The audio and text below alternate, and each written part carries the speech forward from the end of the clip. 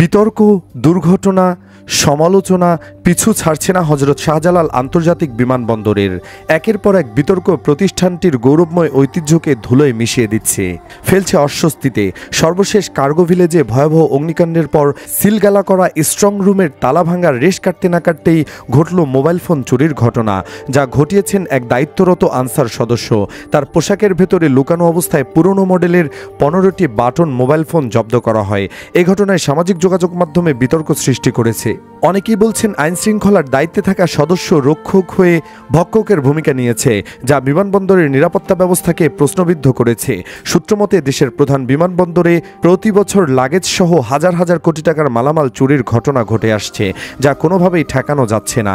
বিশ্বের আর কোনো দেশ নেই যেখানে বিমানবন্দরে আগতদের মালামাল চুরি করা হয়। বিদেশিদের কাছে তাই বাংলাদেশ পরিচিতি পেয়েছে চোরের খনি হিসেবে। অনেকের মতে বছরের পর বছর ধরে বিমানবন্দরে চোর ও লাগেজ সিন্ডিকেট গড়ে উঠেছে, যাদের মধ্যে বিমানবন্দরে বড় বড় কর্মকর্তা ও নিরাপত্তায় নিয়োজিত সদস্যরাও জড়িত রয়েছে।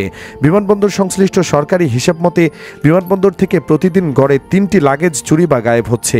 দীর্ঘদিন ধরে লাগেজ গায়েব চুরির তৎপরতা চালালেও পুরোপুরি প্রতিরোধ করতে পারছে না সংশ্লিষ্ট কর্তৃপক্ষ। বিমানবন্দরে কয়েক স্তরের নিরাপত্তা বেষ্টনী ভেতরে কারা কিভাবে সিন্ডিকেট গড়ে তুলে অপতৎপরতা চালাচ্ছে তা নিয়ে প্রশ্ন তুলেছেন ভুক্তভোগীরা।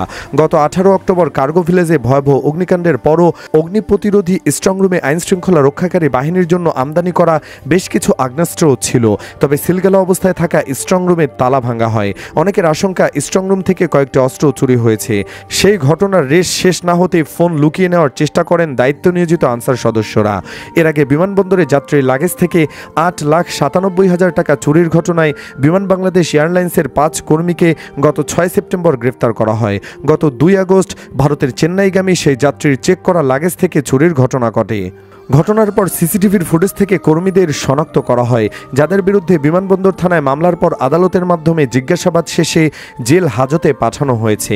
এ ঘটনার আগে গত 7 জানুয়ারি ওমরা পালন শেষে সৌদি আরবের জেদ্দা থেকে বিমান বাংলাদেশ এয়ারলাইন্সের একটি ফ্লাইটে ঢাকায় ফিরে গোটা লাগেজই খুইয়ে ফেলেন ভুক্তভোগী কাজী মোশতাক আহমেদ। ইমিগ্রেশনে 2 ঘন্টা দাঁড়িয়েও লাগেজ না পেয়ে অভিযোগ দেন বিমানবন্দরে লস্ট অ্যান্ড ফাউন্ড বিভাগে। শেষ অবধি লাগেজ ফিরিয়ে দিতে না পেরে বিমানবন্দর কর্তৃপক্ষ ভুক্তভোগীকে ক্ষতিপূরণ হিসেবে 19,000 টাকা দেয়। তবে ভুক্তভোগীর ভাষ্য, খোয়া লাগেজে 11 কেজি ওজনের বিভিন্ন সামগ্রী ছিল, যার বাজার মূল্য 1,70,000 টাকা। অথচ 5 মাস পরে তাকে ক্ষতিপূরণ হিসেবে দেওয়া হয়েছে 19,000 টাকা, যা পুরোই হাস্যকর। বিমানের লস্ট অ্যান্ড ফাউন্ড বিভাগের সূত্র মতে প্রতিদিন গড়ে 3টির মতো লাগেজ চুরির অভিযোগ পাওয়া যায়। গত 6 মাসে 450টি অভিযোগ পাওয়া গেছে। বিশ্বের আর কোনো বিমানবন্দরে এত চুরির নজির নেই।